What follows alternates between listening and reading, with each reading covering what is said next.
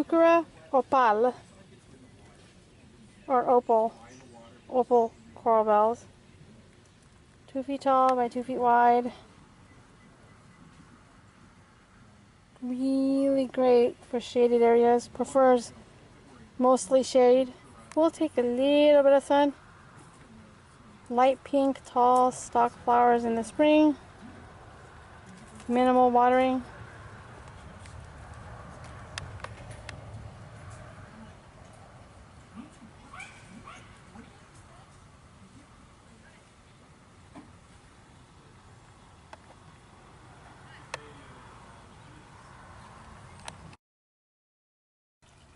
Penstemon heterophyllus margarita bop, foothill penstemon.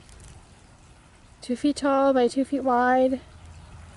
Purple to bluish flowers, it just kind of depends on how the light hits it. Prefers full sun, does not like shade. Whoa, sorry, this is great in mass.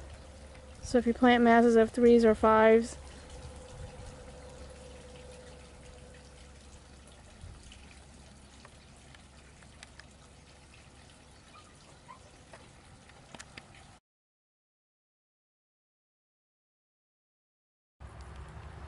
Salvia clevelandii, Cleveland sage. 5 feet by 5 feet tall, full sun, minimal water. Purple flowers in the spring and summer. What's really nice about this, besides the height factor, it is extremely beautifully fragrant.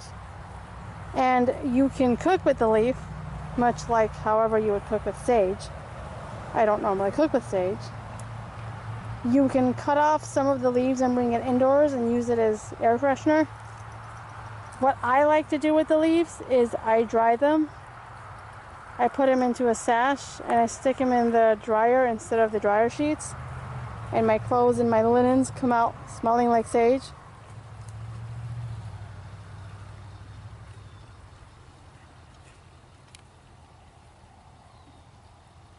Absolutely gorgeous fragrance.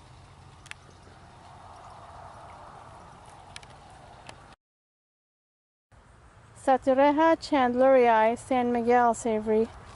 About 1 foot to 1.5 feet tall by 2 feet wide. White flowers in the spring. Requires minimal water. Filtered sun to partial shade. The leaves are edible. Kind of has a minty taste to it. More like spearmint. And unlike traditional mint, this is not invasive. There's also another variety of this called Yerba Buena, Satureja de Glaciae, where the leaves on this specifically are kind of a little rough, slightly, but the leaves on the Yerba Buena are smoother.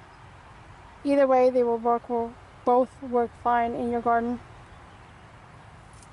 Great as a ground cover, definitely great for food.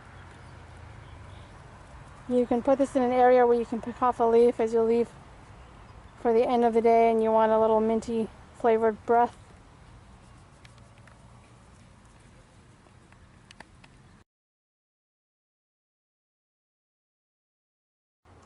Trichostema linatum, woolly blue curls. About 4 feet tall by 3 feet wide. Full sun to filtered sun. Purple flowers in the spring and summer. Mild, sweet scent. Hint of sweet in your garden.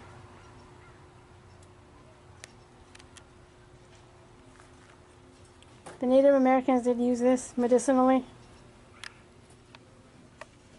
They also used it for fishing. I'm told they also used it for fishing, if you heard in the background.